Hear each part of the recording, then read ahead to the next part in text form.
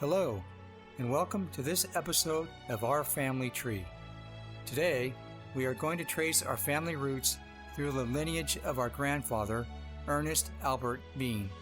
That leads us all the way back to John Bean, who came to America in 1652.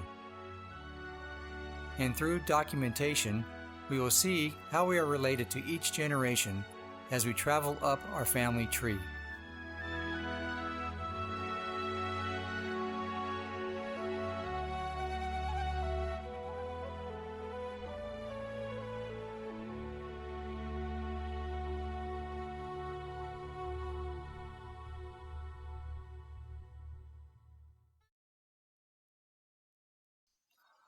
There are several spellings of the Bean family name, including Bean, Bain, and Bain, that descended from the old Scotch clan Bean.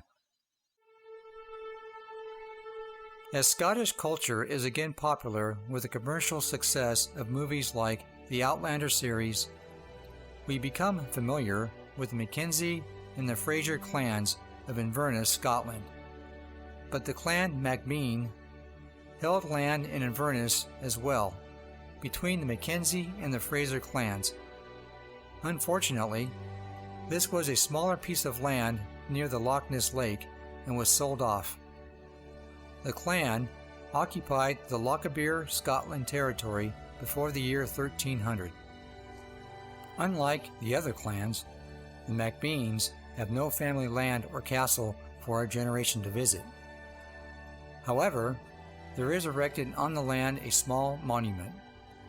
The clan still exists in America, and the clan chief resides in Tucson, Arizona.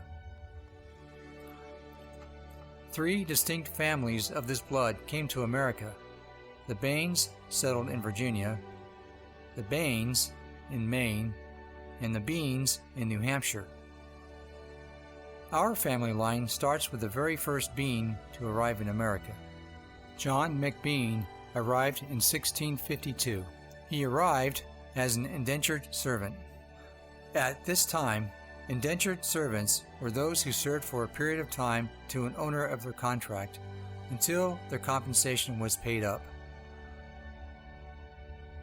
Different reasons would put you into this situation, but in the case of John Bean, it was losing to the British that made him an involuntary indentured servant.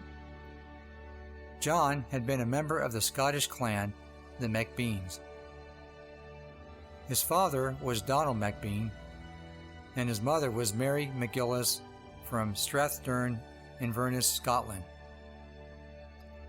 He was born in 1634 in what was Inverness Shire, Scotland.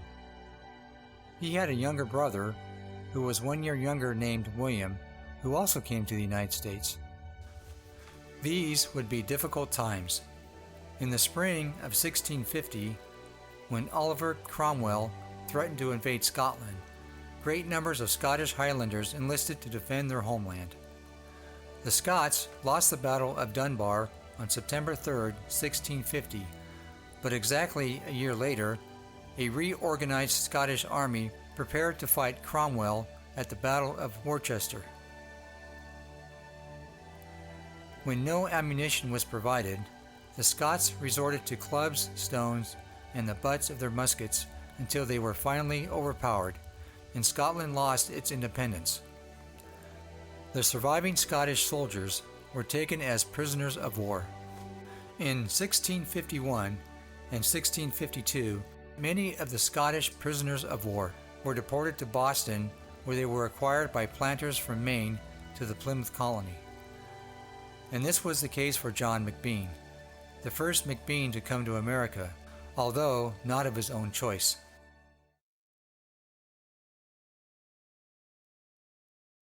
And now that we know a little bit about our 10th great-grandfather, John Bean, who came to America in 1652, we can now begin our climb up the family tree, beginning with our grandfather, Ernest Albert Bean.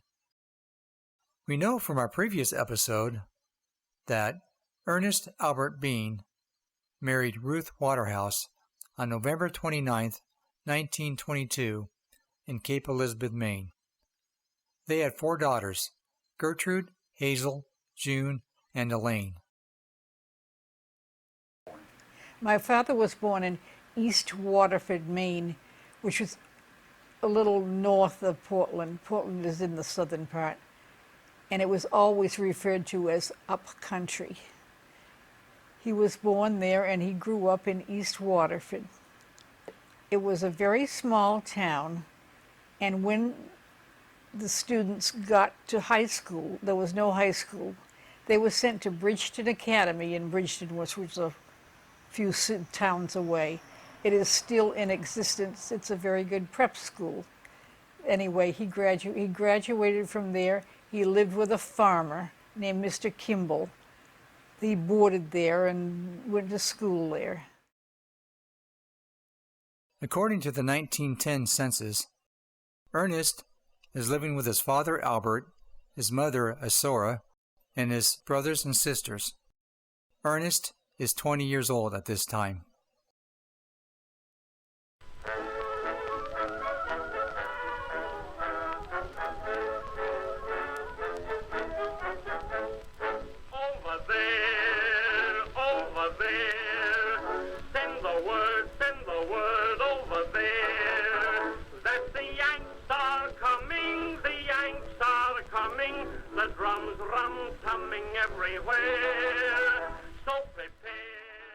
I believe he was drafted into the Army, and he loved to talk about how he got as far as Fort Devens, which was where they shipped them overseas, and the war ended. So he never really served, but he was a veteran of World War I, and he was very proud of it.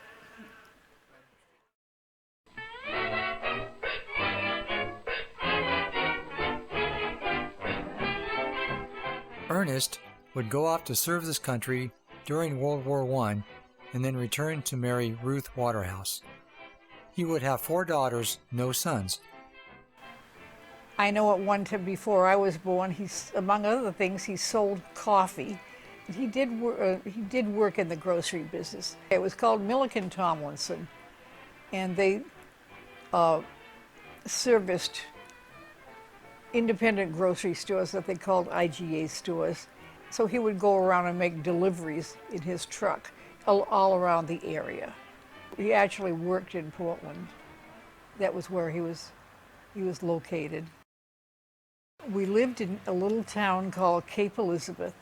It's what they call a bedroom town. There's no industry and everybody works across the bridge in Portland. You sleep in Cape Elizabeth. That's why it was called that.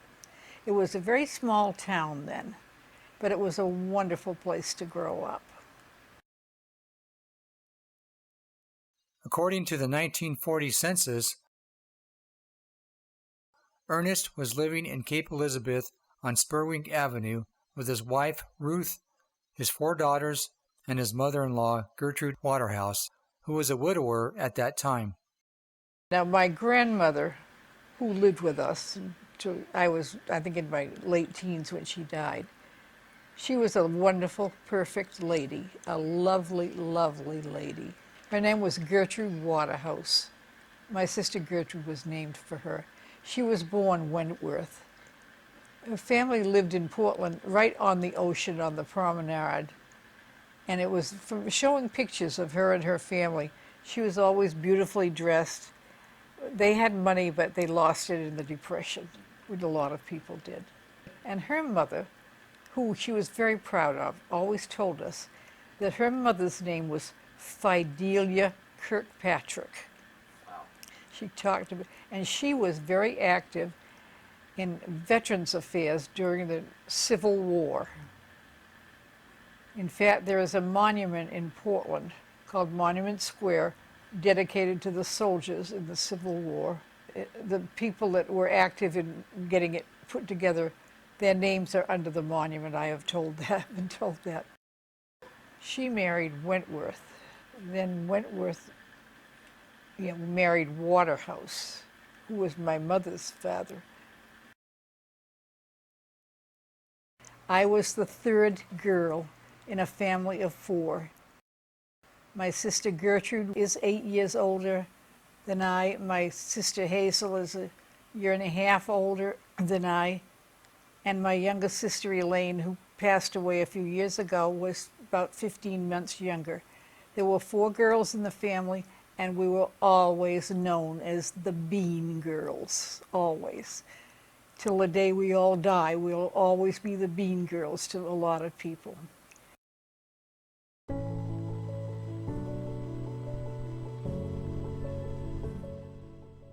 According to his death record, Ernest died in 1986 and is buried at Bayview Cemetery. Ernest was the son of Albert B. Bean and Asora Hilton, which brings us up to the next generation on our family tree.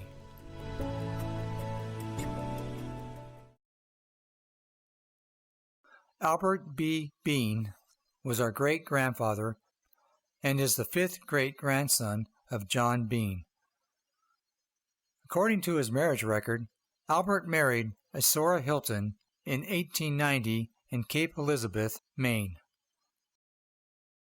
They had 10 children: Pearlie, Don, Lawrence, Inez, George, Mark, Leon, Ellis, Maurice, and our grandfather Ernest.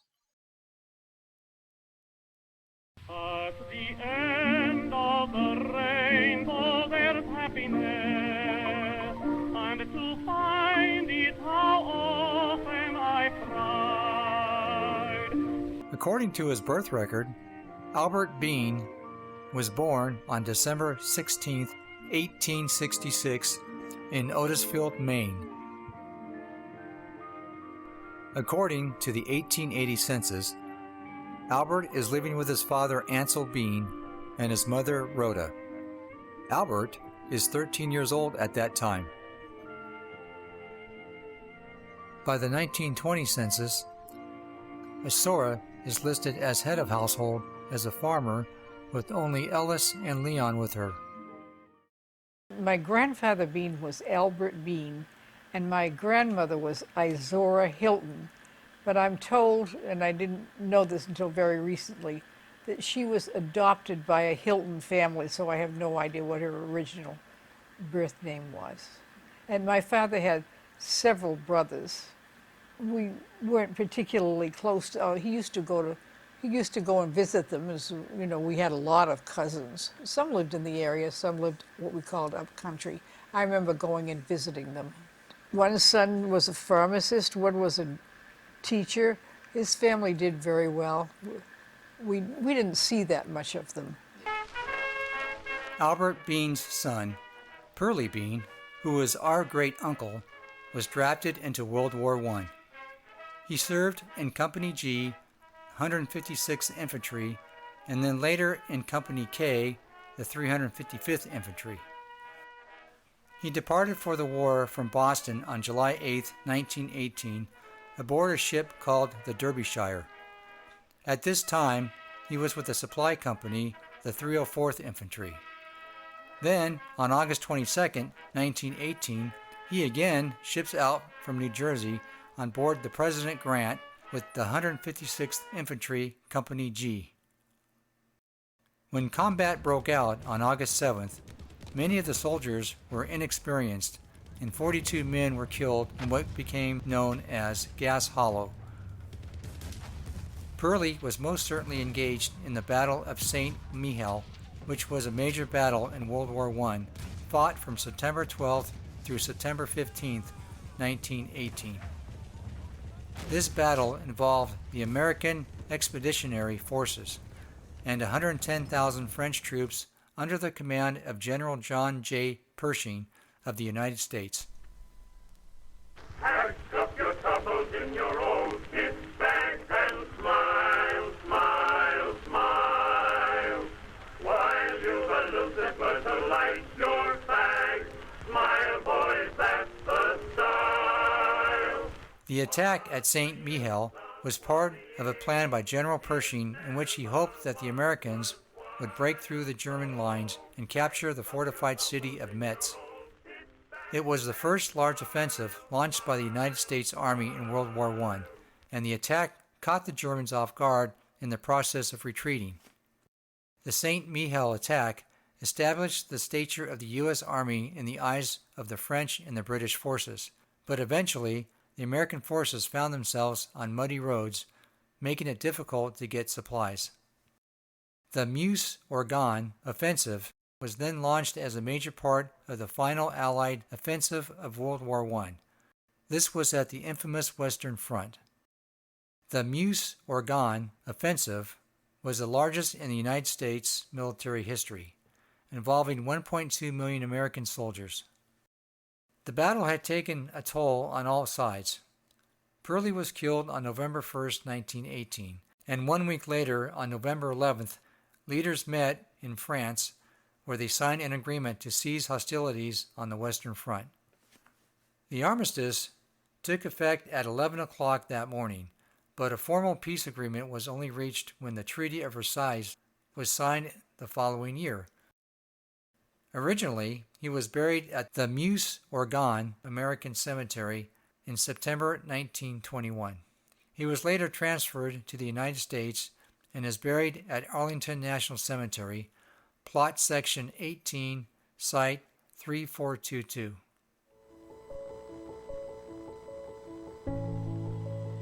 Albert Brighton Bean died on May 16, 1945, in Chelsea, Massachusetts. Albert was the son of Ansel Bean and Rhoda Whitney, which brings us up to the next generation on our family tree.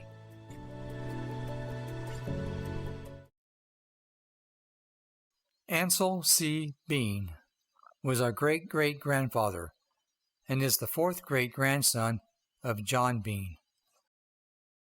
According to his marriage record, Ansel Bean married Rhoda Louisa Whitney on July 4, 1865, in Otisfield, Maine.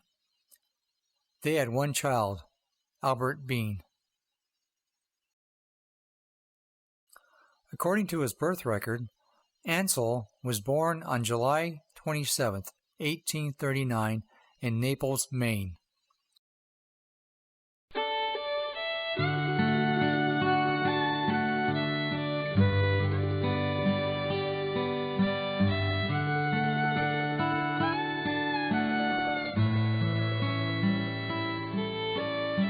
Ansel Bean served in the Civil War, Company 20th Regiment of the Massachusetts Volunteer from 1861 to 1865. He enlisted September 4, 1861, and was discharged February 1863. According to the 1870 census, Ansel is 30 years old and is living in Otisfield, Maine, with his father, Richard Bean, his wife, Rhoda Louisa, his 3-year-old child, Albert, his brother, Eastman, his sister, Sarah, and her children, Lizzie and Leon, and his mother, Louisa. He lived his last 4 years in the National Home for Disabled Volunteer Soldiers. He had been living in Togus, Kennebec, Maine. Rhoda, his wife, was still living when he was admitted, and she died the following year, so she probably could not care for him. A marriage record shows a marriage on May 10, 1904, 3 years before he dies and 3 years after his wife's death, to a Julia Barry Burgess. He's 66 years old, and she's 48 years old. According to his death record, Ansel died November 28, 1907, and is buried in Bisbeetown Cemetery, Waterford, Oxford County, Maine. Ansel Bean was the son of Richard Bean and Louisa P. Chaplin, which brings us up to the next generation on our family tree. Richard Bean was our third great-grandfather and is the third great-grandson of John Bean. According to his marriage record, Richard Bean married Louisa P. Chaplin on May 27, 1832, in Otisfield, Maine. They had 7 children: Albert, Sarah, Mary, Eastman, Ensla, George, and our second great-grandfather, Ansel Bean. According to his birth record, Richard Bean was born on February 28, 1810, in Alfred, York, Maine. According to the 1850 census, Richard Bean is 40 years old and is living in Naples, Maine, with his wife, Louisa, and his 7 children.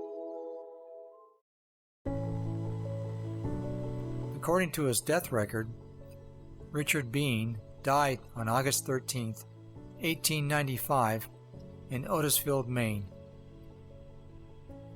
Richard Bean was the son of Jacob Bean and Sarah Stone, which brings us up to the next generation on our family tree.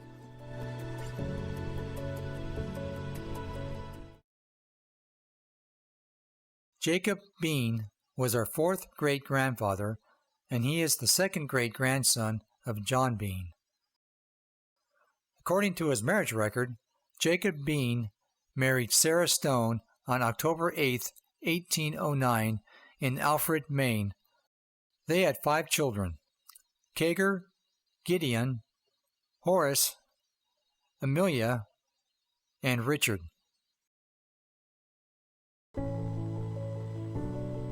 According to his birth record, Jacob Bean was born in 1787 in Waterboro, Maine. According to his death record, Jacob Bean died in 1850 in Otisfield, Maine. Jacob Bean was the son of Richard Bean and Mary Gove, which brings us up to the next generation on our family tree. Richard Bean Sr. was our 5th great-grandfather and is the great-grandson of John Bean. According to his marriage record, Richard Bean Sr. married Mary Gove on April 17, 1776, in Hillsborough, New Hampshire. They had 12 children: James, Jesse, Thomas, Micaiah, Elijah, Susanna, John, Lydia, Richard, Mary, Joseph, and Jacob.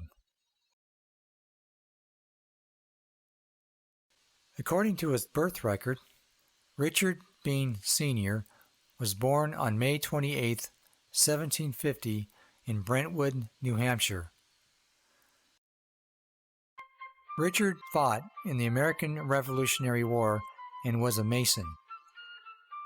According to his death record, Richard Bean Sr. died on January 15, 1806, in Waterboro, Maine, at the age of 56. His wife, Mary, died May 6, 1841, at age 88. Richard Bean is buried at the West Road Community Burial Site in Waterboro, York County, Maine. He is the son of James Bean and Lydia Hogue, which brings us up to the next generation on our family tree. James Bean was our 6th great-grandfather, and he is the grandson of John Bean. According to his marriage record, James Bean married Lydia Hogue on January 20th, 1744, in Amesbury, Massachusetts. They had 10 children: Joel, Sarah, Ruth, Laura Hama, Loami, Joseph, Jeremiah, Jetha, Lydia, and Richard. According to his birth record, James Bean was born in 1708 in Exeter, Rockingham, New Hampshire.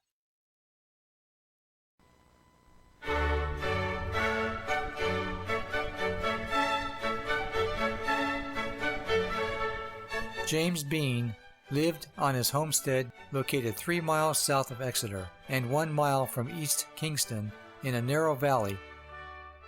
He was a Quaker minister and the organizer of the Quaker meeting at Brentwood. He was too independent-minded to fit well into the authority of the then Quaker annual meeting. When he was persuaded that those over him in the Lord were in error, he flatly refused to submit to their orders. When the committee from the Hampton meeting came to investigate at the Brentwood meeting and ordered James to recant, he refused, and he was disowned from the regular meeting. He reorganized the Brentwood meeting as the Division Quaker meeting of Brentwood and continued as before. James was elected as town selectman in 1762. In 1776, he refused to sign the Test Act on the grounds of his objection to war as a Quaker. According to his death record, James Bean died in 1785 in Brentwood, New Hampshire. He is the son of Jeremiah Bean and Ruth Johnson, which brings us up to the next generation on our family tree. Jeremiah Bean was our seventh great-grandfather, and he was the son of John Bean. According to his marriage record, Jeremiah Bean married Ruth Johnson on January 10, 1696, in Woburn, Massachusetts. They had 7 children: Margaret, Jeremiah, Elizabeth, Richard, Hannah, Tabitha, and James.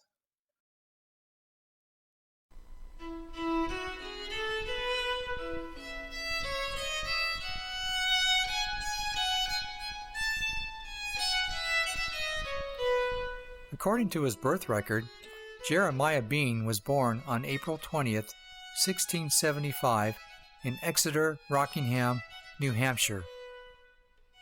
Jeremiah served in the Indian Wars between 1695 and 1710 under Captain Gilman. He was a scout, as was his brother James. He was also a farmer and a blacksmith. According to his death record, Jeremiah Bean died in 1727 at the age of 52 in Exeter, Rockingham, New Hampshire. His grave is unknown, but there is a monument where Jeremiah Bean is buried, along with other descendants. This is at the Greenwood Cemetery in Biddeford, York County, Maine. He was the son of John Bean and Margaret Edwards, which brings us up to the next generation on our family tree. John McBean was our 8th great-grandfather and was the first generation of McBeans in our family tree that came to America. According to his marriage record, John McBean married his second wife, Margaret Edwards, on November 15, 1660, in Exeter, New Hampshire. John had 11 children: Mary, Henry, Hannah, John, Daniel, Samuel, Margaret, James, Elizabeth, Catherine, and Jeremiah. John McBean was born in Strathdown, Inverness, Scotland, on January 24, 1634. His parents were Donald Leroy McBain and Margaret Mary McGillis from North Scotland.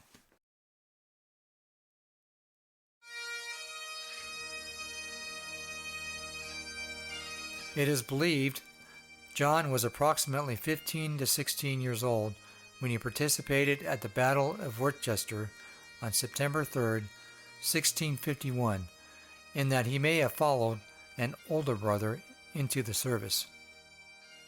He was a Scottish soldier when Oliver Cromwell's new army defeated Jacobite forces.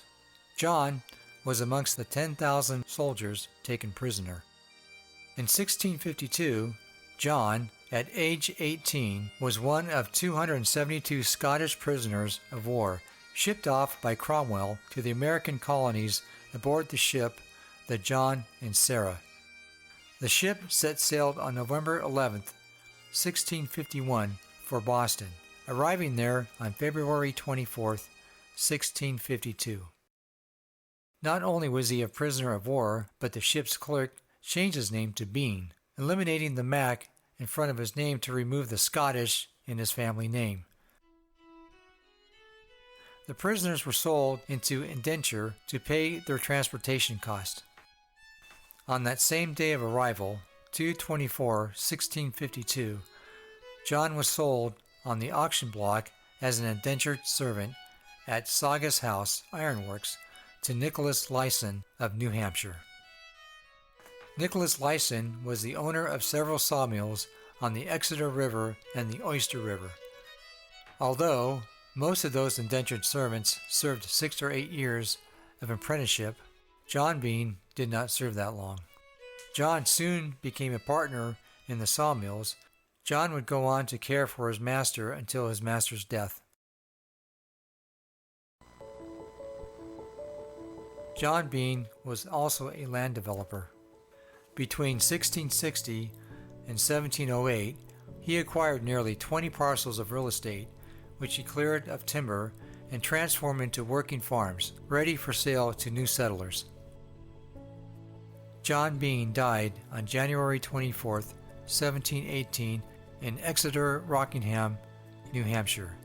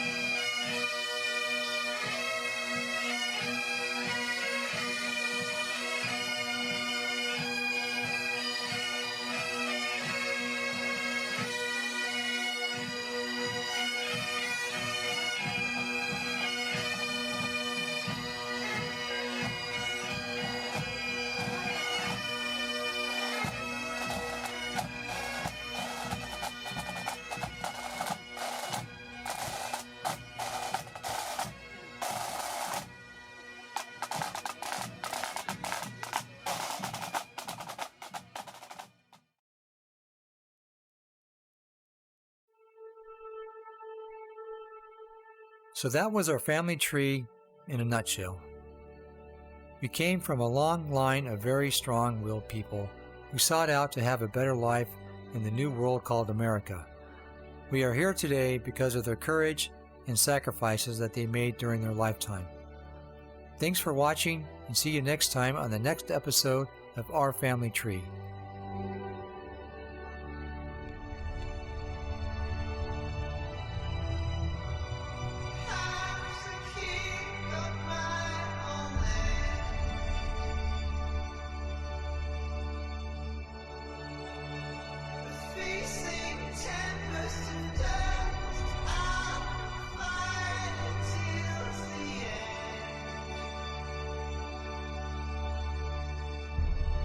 Creatures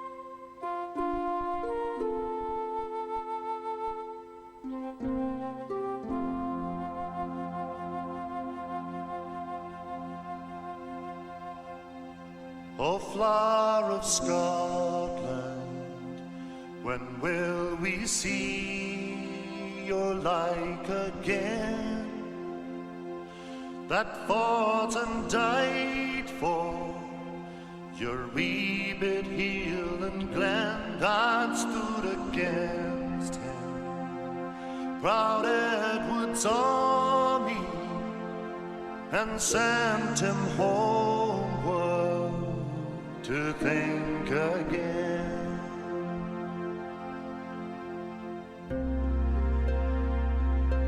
The hills are bare now, and autumn leaves lie thick and still, o'er land that is lost now, which those so dearly held, that stood against him, proud Edward's army, and sent him homeward to think